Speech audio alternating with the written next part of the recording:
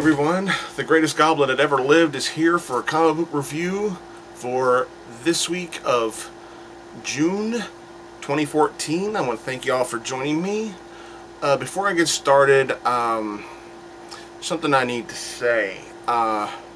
Finances are starting to run a little tight here, and some series that I've been collecting are ending, such as Mark Waid's Green Hornet, and as well as some other series are reaching their finales, and I've decided to let them end, and I am not getting back on board with them. If should they get relaunched, like Suicide Squad, I'm done with that shit. But I had to make a choice, a very tough choice, and I decided to remove a couple of titles from my pull. One of them was Ms. Marvel with Kamala Khan. I wanted to give that character and give that series a strong chance, but to me it still had a problem. The pacing of the story was a bit on the slow side, and I just couldn't help but feel that the characters were kind of stock cliched. You know, it's like characters like Kamala Khan and characters like her and the way her character is developed, I've seen it before.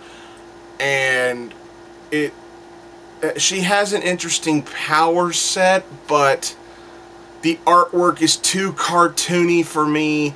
I know a lot of other people will say it's artistic and different, but for me, when you're coming across serious storytelling concerning a child's upbringing, coming to grips with becoming an inhuman and having all these kinds of different kinds of shape-shifting powers, I guess you can make the argument that the artwork should be cartoony, but for me it doesn't work.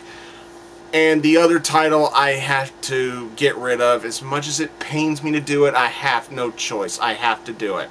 Red Hood and the Outlaws. I have taken as much as I fucking can with that series. DC, a personal message to you. Fuck Scott Lobdell. He ruined Starfire for me. He ruined this title. I just... God. I couldn't take it anymore. It got to the point where Starfire was literally the only reason why I was buying it. And I guess DC finally broke me with how bad that series is. When you're giving me a series that is testing my patience over and over again, and the best you can do is just okay at best or mediocre, it's time to go. Corey, I love you, but I've had enough. Red Hood and the Outlaws is done for me. Also, I don't know if I'm going to be able to completely fulfill my promise of catching up with Batman Eternal and Fantastic Four on my Blugoblin X channel. I promise I will try, but it's not a guarantee that I'm going to get those reviews up there. I have to read the books first, and I'm not buying them, but I am trying to at least read them. A buddy of mine is going to let me read his copies, and I need to find the time to read them. And you know, I've been busy and everything. I just came off a really busy weekend, and I barely found the time to read the books that I bought. So without further ado, and with all the other over melodramatic bullshit out of the way, let's just get to some fucking comic books, shall we? We're going to start with Marvel.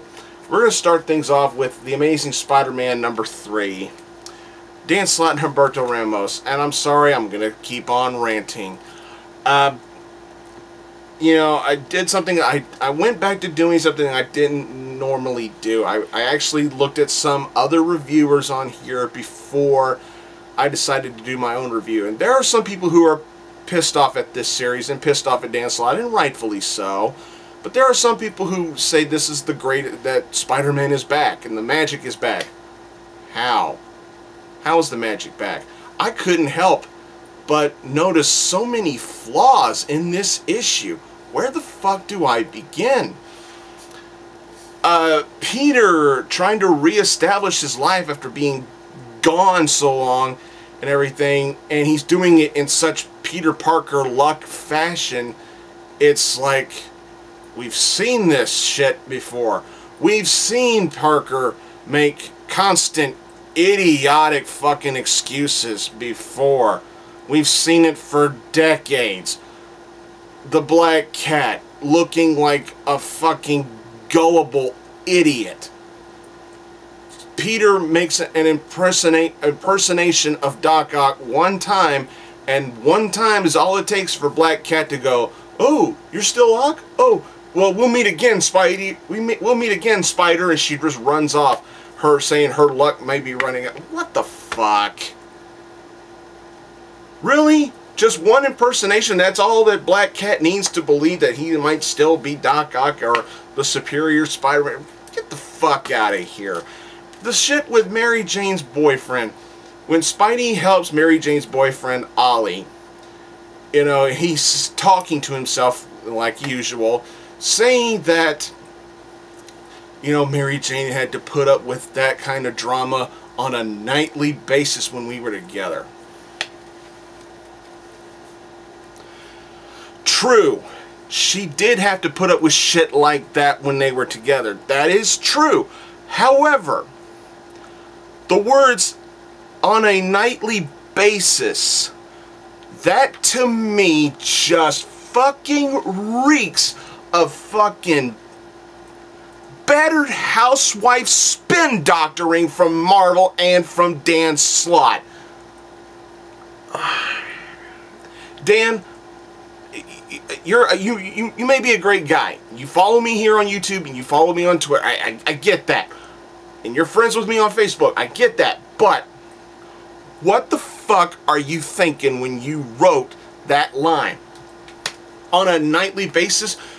Excuse me, I'm just a fucking fan. What do I know? There were plenty of times that I can recall where when Peter and Mary Jane were in a committed relationship, there were times where she did go through the over-tense, you know, big dramatic moments that, you know, would have stressed out and caused a nervous breakdown for any other person. But there were also times where Peter and Mary Jane were fucking very happy. They were very happy together. There were times where she would be the comforting wife and be there for him. There were times where she saved his ass from danger. There were times where after a stressful day of crime fighting, Peter came home to Mary Jane and everything was just fine. There were plenty of times where everything just seemed fine. To suggest that Mary Jane had to put up with the drama of being Spider-Man's woman and put up with the badness of it every single day just fucking reeks. That's got Joe Quesada's fingerprints all over that, because Joe Q can say he respected the relationship, but deep down we know the truth. He fucking hated the relationship because it aged Spider-Man. Yes, it's been 7 years since One More Day. I'm still not fucking over it, Joe. But the fact of the matter is this, that you implied, that you, Dan Slott, and Marvel imply that Mary Jane put up with that shit on a nightly basis without ever truly being happy, just reeks of your bullshit propaganda spin doctoring that Spider-Man should remain forever alone and nobody should ever be with him, regardless of how strong a character they were once presented as before they got with him. What the fuck is your goddamn problem? Why can't Peter be in a happy relationship before you take it away from us as we start getting used to it? Granted, when Peter and Mary Jane got together and did get married for the first time, granted, I'll be truthful, it was kind of odd that they just got married out of nowhere, but over time, some fans actually got used to it, and they got used to seeing Spider-Man in a relationship where he seemed happy. Yes, he still had that Parker luck, but overall, it was a spark of realism that Spider-Man's supposed to have. And the spin doctoring, I just couldn't help but feel that that's what that was. And fuck you, Marvel, for that. And Electro, basically coming off like a paranoid little freak who can't control his powers, and all of a sudden, the end of the issue implies that he's going to become Black Cat's new lackey. What the fuck? Electro was a well-established villain long before the Black Cat ever showed up in a Spider-Man comic book, and you're meaning to tell me that Electro has been reduced from a major villain in the Spider-Man mythos, but has been reduced to a fucking lackey for Felicia fucking Hardy. Give that book a 2. Moving on to Guardians of the Galaxy number 16. Brian Michael Bendis, Nick Bradshaw. This was really good. This was easily the best Marvel book of the week for me. Very, very good. Only because it was this and Spider-Man that I bought. But we get to see in different scenarios what each member of the Guardians are going through. To me, probably the members who've got it, they've all got it really rough, but I think Gamora's got it very rough. Forced to fight endless hordes of monsters until they break her and everything. She gets saved in the end by somebody, and I'm not going to ruin who that is. The stuff with Star-Lord and his dad, I love what Peter does to his dear old dad in here. I love what he fucking did. It was brilliant. And I just love the setup, and it's like, it's kind of like, fuck you, Dad. I just loved how it was set up. I loved how it was delivered. Very good. Not too much from Rocket Raccoon in here, which kind of disappointed me, but, you know, it is what it is. Venom, yikes. Just yikes. Let's see. The stuff with Drax the Destroyer. That has got my attention. I'm ready to see where they go with that. But all in all, a solid, fun read, good action, good drama, good dialogue, good everything. I mean, it wasn't perfect, but it was a fantastically done issue, very well put together, with a very nice cliffhanger at the end. I can't wait to see where they go with that after seeing that cliffhanger. Really good. Just all in all, fun stuff. I am Groot. This was good. I give it a 4. Alright, moving on to DC, we're starting with Aquaman number 32. Jeff Parker, Paul Pelletier, I salute you guys again. You're doing a great job with this. This was really good. Arthur's got his hands full with a creature who seems to have a more powerful control over the sea creatures than he does. You know, Arthur tries the whole shit and nothing's working. Meanwhile, Mara's got her hands full with some traitors, people who still want her dead, and I love how she tortures them. I mean, this issue here was another good example of why you don't fuck with Mira. I'm waiting for some people on the internet, whether it be on Facebook, Twitter, Tumblr, I don't fucking care, Pinterest, I don't care. I'm ready to start seeing some pictures, just a picture of Mira with the big words, don't fuck with Mira. I want to see it. Hell, I'll fucking make one myself if I have to. Don't fuck with Mara. I love this character. The more I'm reading of her, the more I'm enjoying her. She's really good. She is getting on up there in my, like, maybe my top 10 list of best female superhero characters. Just really, really, really well done shit. And the stuff with Arthur, damn, just fucking awesome. I loved it. This is still easily one of the best books out of the New 52. If you're still one of those silly fuckers who think that thinks Arthur is a joke because of that stupid super friendship, because you're still being fed that propaganda by Seth Green and his stupid ass show Robot Chicken, then you need to wake up and read shit like this. Aquaman is no joke. Period. Give it a 4. Moving on to Batman number 32. Now, you're probably expecting me to toss this and rant about it just like I did with Spider-Man. However, I won't. What I will say is that DC surprised me.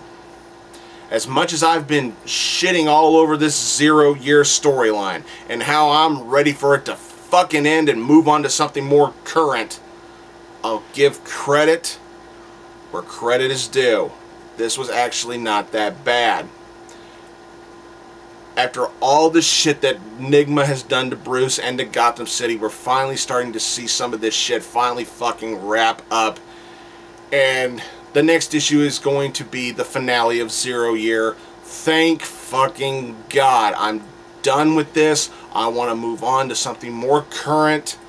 Quit relying on shit from the past. Quit rebooting this character. Quit doing all the shit you're doing with this guy right now. With this particular title. You know, it's like Batman, along with Lucius Fox and Jim Gordon, still trying to figure out where the Riddler is broadcasting his stuff. Where is he filming himself? Where is these transmissions and broadcasts coming from? Where is the origin point? Batman, a minor spoiler here, Batman figures it out. But I won't ruin how he figures it out because it does pay homage to Batman's detective skills, and it is very well done in here. But like I said, Zero Year to me is a turd. And when you put sprinkles on a turd at the end of the day, it's still a fucking turd. This issue was not that bad for a penultimate issue of a storyline that I'm fucking tired of. So, you know, I'll give credit where credit is due for that. They're at least trying to wrap this up in a very nice way. But like I said, at the end of the day, it's still a goddamn turd. I give this a 3. I'm being nice. I'm giving it a 3 because, you know, in all honesty, as much as I really am not fond of this storyline, this still was not that bad. Moving on to The Flash, number 32, excuse me. I'm just loving these bombshell covers from DC. I mean, it's probably the best thing about some of these titles here. But this right here was really good. We get to see Barry, what he's wrestling with now and what he's going to be wrestling with 12 years in the future. Or I believe it's 12 years in the future. Yeah. You remember the last time I reviewed a Flash issue and I did a rant about how Barry Allen, the Flash, should not kill, regardless of how stressed he is. And in here, we get to see stressed out future Barry Allen done right. In the last issue, it wasn't done right in my opinion. In my opinion, it was done better in this issue. In the future, Barry is, you know, visiting Captain Cold in the hospital, and he's on his deathbed, and he's like, "Hello, Leonard." You know, he's like, I guess he's like trying to make amends with Captain Cold before, you know, he has to do what he has to do, and it was very fitting. I liked how that particular plot point ended, you know, with Barry actually coming to tears, realizing what he feels he has to do. That's stressed out future Barry Allen done right. You know, I'm just not a fan of seeing superheroes that have been built with such a wholesome background and such a wholesome image for so many decades, just all of a sudden, just like that, think it's okay to start killing people, regardless of how villainous they are. It just sometimes it works, sometimes it doesn't. It doesn't work with Superman. It doesn't work with Barry Allen. Bart Allen? I don't know. But present-day Barry Allen has got his hands full as both Barry Allen and the Flash. He's got his hands full with the Flash. He's dealing with the criminal who is swiping past villains' equipment and using them in his own way. And he comes across somebody. He comes across the guy, and he has a pretty good tangle with him. But we're starting to see in the present-day Barry Allen, we're starting to see how much the Speed Force is being fucked with, just a little bit. We're starting to see it. We're starting to see traces of what future Barry Allen is stressing over in at his period. And we're also seeing some more of that childish jealousy from Patty, his girlfriend. She has every right to be pissed off with Barry in this issue. I'll give her that, because he's still making more time for Iris and Wally than he is with Patty. I'll give Patty the character credit on that. She has every right to be pissed off, but with all due respect, she has been acting like a childish, jealous brat these past few issues when Barry even mentions the words Iris West. You know, it's just, I'm like, oh my God, are you that fucking jealous that he can't even mention somebody's name without you getting pissed off? That's fucking high school shit. I mean, even though she has every right to be pissed off at Barry for this. And is this the end of their relationship? I doubt it. I seriously doubt it. But all in all, this was a very strong read, a very good issue, heavy on the drama, very, very heavy on the drama. Excuse me. Decent action, good dialogue. It is what it is. I give it a 3.5. I thought it was really good. Moving on to He-Man and the Masters of the Universe, number 14. This is the official beginning of the origin of She-Ra. The official beginning. The last issue was a prelude to it, with what tragically happened to King Grayskull. And here we finally start to see the beginnings of what's going to lead up to Adora becoming She-Ra. And this was actually really good. We get to see Adora is having dreams and visions of what happened to King Grayskull, and that's where she runs into Adam. And Adam comes to her. She's in seclusion. She's become a recluse. She prefers to be alone because she's ashamed of what she was. She was Despera. She was Hordak's, servant. She was one of Hordak's henchwomen. And she's ashamed of that. She wants to get away from that, and she prefers to be alone. And Adam finds her. He got tipped off by Battlecat. In a very unique way. I thought it was really cool. But Adam, unfortunately, has to bring the news to Adora that their father, King Randor, is indeed dead. And he presents a message by Teela, the new sorceress, and Teela presents Adora with a new weapon. And Adora's going off somewhere. I won't spoil where she's going, but Adam decides to go with her, and that's all I'm going to say, because the ending of this particular part of the story was really good. This was really, once again, more heavy on the drama than the action. There was some action in here, but what really helped was the dynamic relationship between Adam and Adora. It is very well done in this storyline. This is a very good way to reboot these characters and introduce characters like this to a new generation of readers and fans of characters like this. I mean, this is much more brutal and much more dramatic than any of the shit that we watched in the 80s. I grew up on these characters. I grew up with He-Man. I actually watched She-Ra. I'm man enough to admit that. The thing is, when you grow up with characters like this, you can't help but get captivated by shit like this. This is really good. This is a He-Man reboot, if you want to call it a reboot. This is He-Man done very well in the modern time. It is so damn good.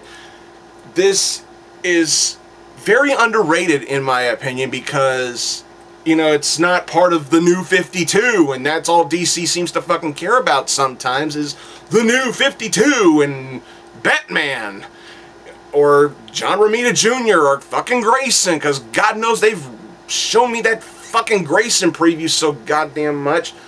But the thing is, this truly is an underrated series, and it is easily one of DC's best series on the shelf. If you are not gotten on board with He-Man, get the trades, get the back issues. If you grew up with these characters in the 80s, or if you watched reruns of it in the late 80s, early 90s, or if you watched the 2003 remake on Cartoon Network, if you watched any version of He-Man, I promise you, you will enjoy this.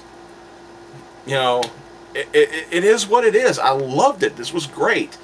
This was not as good as the last issue was, but still a really good read. I loved it. I give it a 4. But maybe I'm being biased because I'm just a fan. Moving on to Red Lanterns, number 32. The Revenge of Atrocitus. Atrocitus shines as a really awesome villain in this issue. Fucking A! Atrocitus brings it in his own way to Guy Gardner and his team of Red Lanterns. Oh man, does he bring it. But he brings it without actually having to come to blows with Guy Gardner. Atrocitus sends the message of war in a very unique way, and it fucking worked for me. This was good. Guy does a couple of things in here that I think are a little bit reckless, but it adds elements to the storytelling, and it helps progress the storytelling. Where's this gonna go? Guy does something. What's gonna be the repercussions of this? What's gonna be the repercussions of when he does that?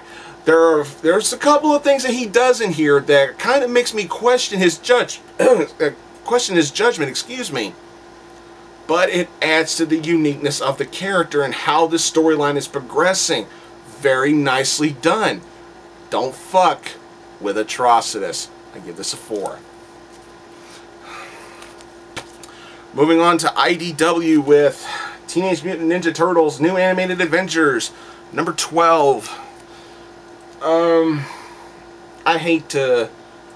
really hate to keep on ranting like this, but I got to. My patience is wearing thin on this series because yet it's another story where the main focus is on Michelangelo. This is like the 5th or 6th issue in a row. Maybe I'm over-exaggerating, but yeah, it's like at least the 5th or 6th issue in a row where the main focus is Mikey. I get it.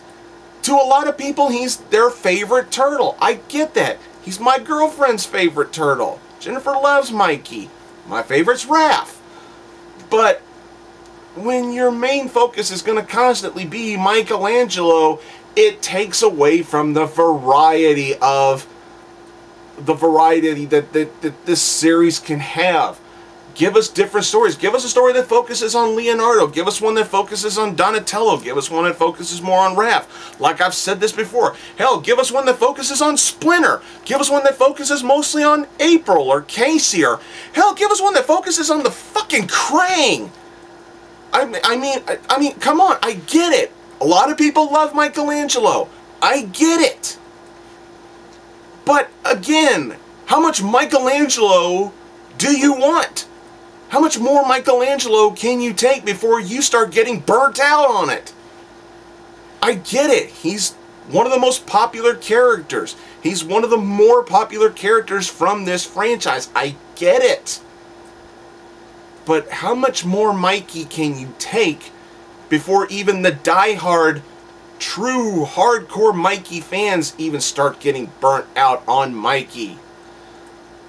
I'm ready to see some more variety, some more differences in this series. The stuff with the Lego Turtles at the end of the book, that was a nice touch. I actually liked that better than the main story with Mikey. And there was a little short story where Mikey wasn't the focus, but the main focus was mostly April, and I did like that. It was maybe like a 2 or 3 page story about April tricking the turtles out of 2 slices of pizza, so her and Master Splinter can have a slice of pizza in the end. So I kind of liked that. It was something different, something that wasn't having Mikey shoved down your throat and up your ass. Like I said, this wasn't a bad story with Mikey, you know, and the other turtles trying to stop Karai from discovering a video that he supposedly filmed. They're worried about Mikey accidentally exposing themselves to the world via a stupid video that he and April did that turned out to be fucking nothing, but the main focus felt like it was solely on Michelangelo. IDW, seriously, I like Mikey, but I don't like too much Mikey, you know? I'm gonna go ahead and say it. It's Mikey. Yeah, a little too Mikey. Give it a 3. We're ending this review with the end of Mark Waid's Green Hornet. This is number 13. Oh my god. This was good. This was really good. A fitting finale to a great yet short run for Mr. Mark Waid and Green Hornet. The only nitpick I have is that the blow-off to this storyline was a little bit predictable. Other than that, it flowed very well. The storytelling progressed beautifully. The artwork helped it. This was great. I dare not spoil a damn thing. A fitting end to a great run. This was magnificently done. One of the best stories from Green Hornet that I have read. I've read this since issue 1, and I loved it. Thank you, Mark Waid. Thank you, Dynamite. Thank you so much for a great, yet short, run with an awesome fucking character. I loved it. This was awesome. I give it a 4.5 because the ending was a bit predictable, yet still really good.